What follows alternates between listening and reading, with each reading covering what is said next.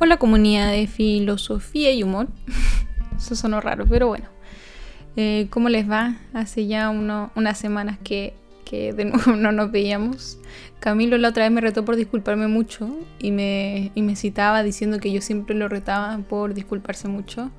Así que bueno, no habrá disculpas, solamente podcast y un poco de diálogo o monólogo. Espero que se encuentren muy bien. La verdad es que nos ha costado ponernos un poco de acuerdo para grabar los podcasts. Como saben, no es que tengamos un horario concreto, sino que los dos trabajamos en diferentes cosas y tratamos de armar este proyecto en conjunto. Entonces, de repente cuesta ponerse un poco de acuerdo, aunque no es que no queramos, sino que simplemente no sale. Y bueno, en esta ocasión yo les quería hablar del ocaso de los ídolos, como Nietzsche supo titular también en su obra dedicada a Richard Wagner, que bueno, yo no les hablaré de esta obra en particular, sino que hablaré de la experiencia un poco, de la experiencia de ver a los ídolos muriéndose en cuanto a ídolos. Richard Wagner, por si no lo conocen, un poco como introducción, un compositor de óperas alemán, quizás uno de los compositores más importantes de música clásica y de ópera en general de la historia de la humanidad, cuya figura se vio muy venida menos porque Adolf Hitler escuchaba mucho su música. Esto sin quitar que también Wagner poseía una cierta visión pangermana y que muchos alemanes poseían en la época. No es que sea exclusivo de un movimiento, sino que, y no solo los alemanes, sino que muchos países querían volver un poco a la gran antigüedad, etc. Y bueno, Nietzsche era un fanático de Wagner y de hecho fue mucho a su palacio y a su ópera, etc. Hasta que un día le cayó la triste realidad de que Wagner, esto lo quiero decir en palabras muy vulgares, pero en el fondo cabía dentro de los cánones cristianos de la redención y de buscar el perdón y redimirse, etc. Particularmente yo creo que esto se puede ver reflejado con la ópera Parsifal. De todos modos, como dije antes, yo no quiero dedicar este podcast a ese tema, aunque a mí me resulta muy interesante y de hecho hace unos meses yo quería comenzar una sección de filosofía y música, que ustedes se reirán, pero no recuerdo si al final hicimos unas sesiones o al final quedó un poco en el olvido, pero por favor háganme saber si es que les interesaría, porque a mí es un tema que me fascina, aunque hay ciertos aspectos que requieren un poco más de investigación. Hay unos en que me manejo un poco más, pero hay otros en que tengo que estudiarlos mejor.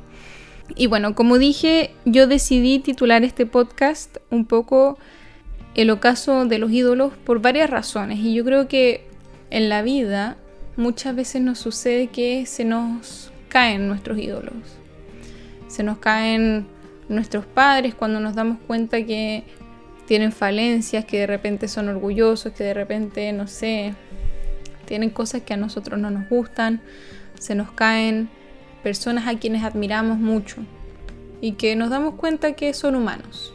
Y en concreto a mí me gustaría hablar del ocaso de los ídolos intelectuales. Yo creo que a muchos nos ha sucedido por lo menos más de una vez, y yo creo que lo he comentado varias veces también en el podcast acerca de la honestidad intelectual y cómo eso cuesta mucho de repente, y a su vez también cómo cuesta seguir adelante una vez que uno se da cuenta que el mascarón de proa, por decirlo de algún modo, ya no sirve.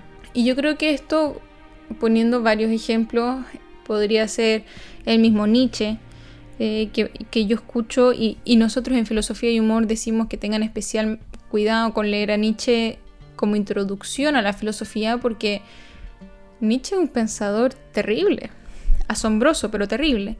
Y con esto quiero decir que muchas veces uno lo escucha en la boca de adolescentes, con el sensacionalismo de, claro, Dios está muerto, el hombre lo ha matado, y el anticristo, y este ateísmo que tenía Nietzsche.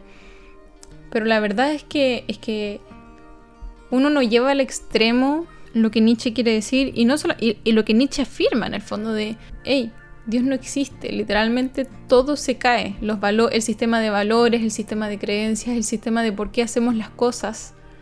Entonces hay legitimidad para hacerlo todo, y eso incluye en el fondo que hay hombres mejores que otros y cosas por el estilo, y es fascinante, pero al mismo tiempo es terrible. Entonces hay mucha gente que está fascinada con Nietzsche, que quizás esta fascinación un poco puberta de la filosofía, no sé cómo expresarlo.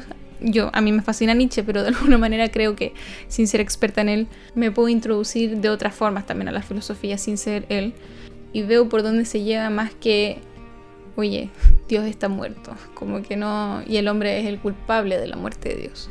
Pero con esto también yo quiero, no solamente Nietzsche, sino que yo creo que a lo largo de toda la filosofía ha habido pequeños ocasos de los ídolos.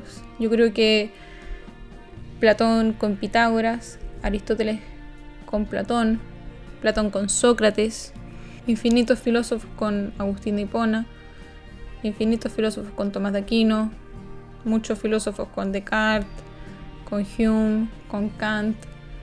Y en el fondo el ocaso de los ídolos yo creo que es algo inevitable al momento en que uno deja de pensar por el otro y comienza a pensar por uno mismo. Y con esto quiero decir que hay muchos filósofos que pueden servirnos de guías y de comienzo, y no solamente filósofos, de nuevo, esto es quizás para todas las aristas de la vida en general, pero estoy pensando en concreto en la filosofía, que muchos filósofos nos pueden servir de pie, y yo creo que a muchos nos ha pasado que comenzamos la filosofía, comenzamos una cierta literatura con preconcepciones de acerca de lo que aquellos filósofos nos iban a decir, que por ejemplo en mi caso cuando tuve introducción a Descartes en la universidad, yo pensaba Descartes duda de los sentidos, obviamente.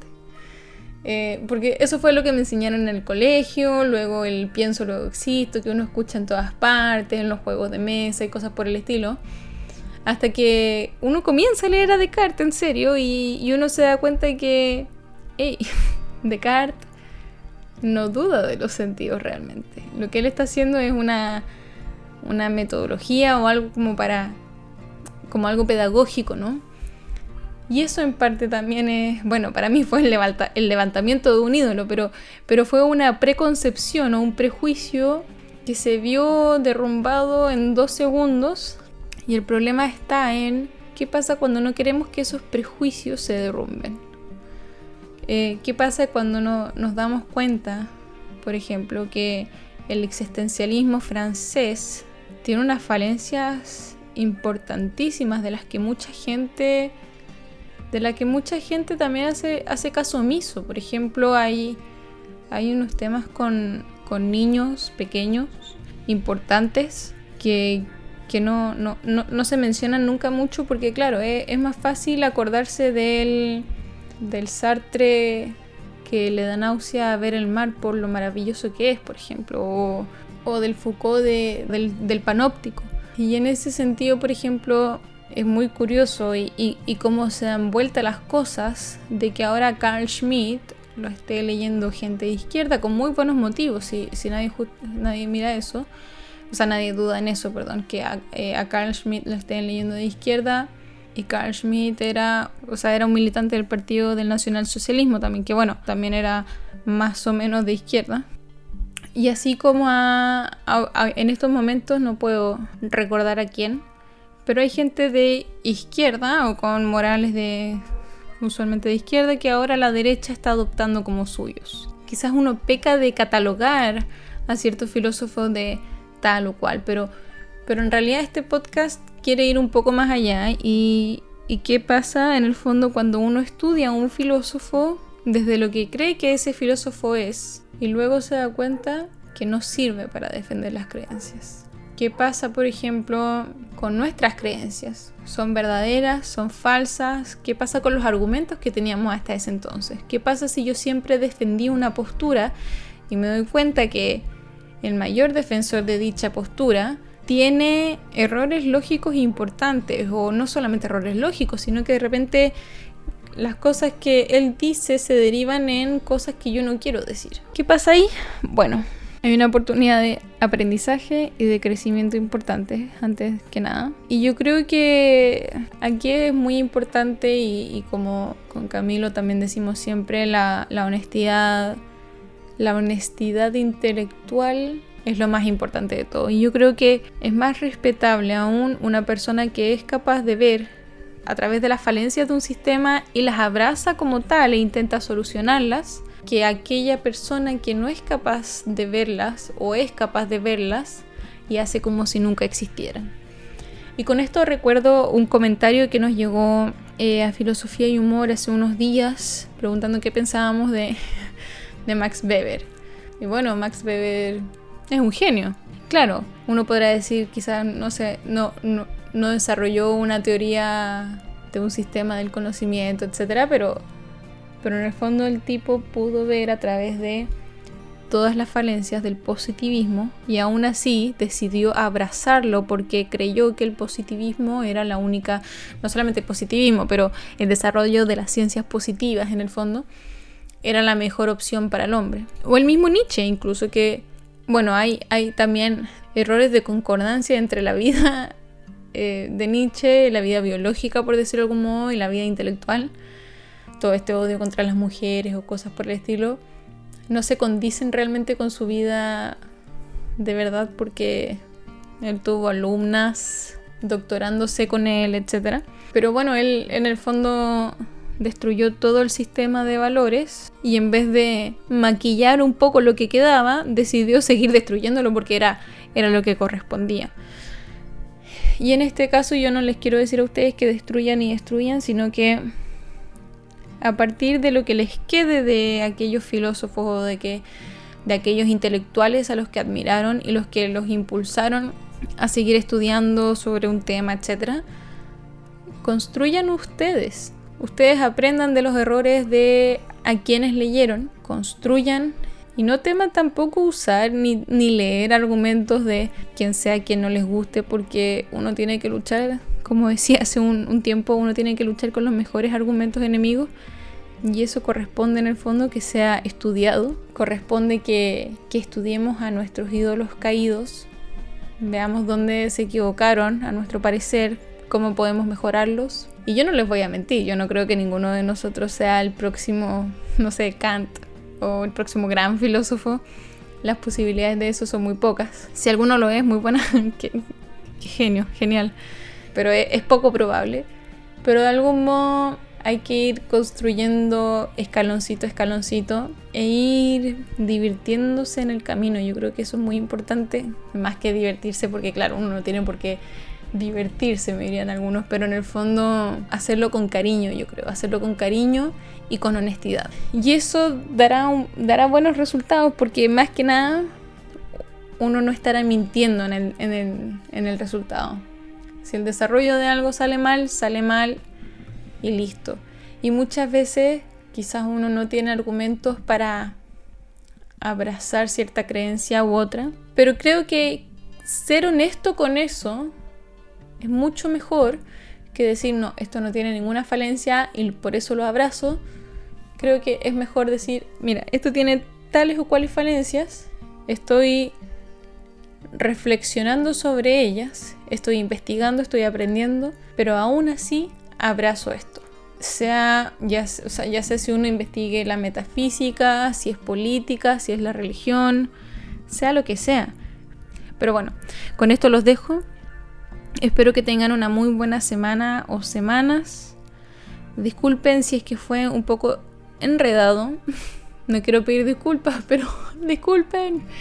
Enredado porque en realidad lo hice un poco, o sea, con una pauta muy general y no tan.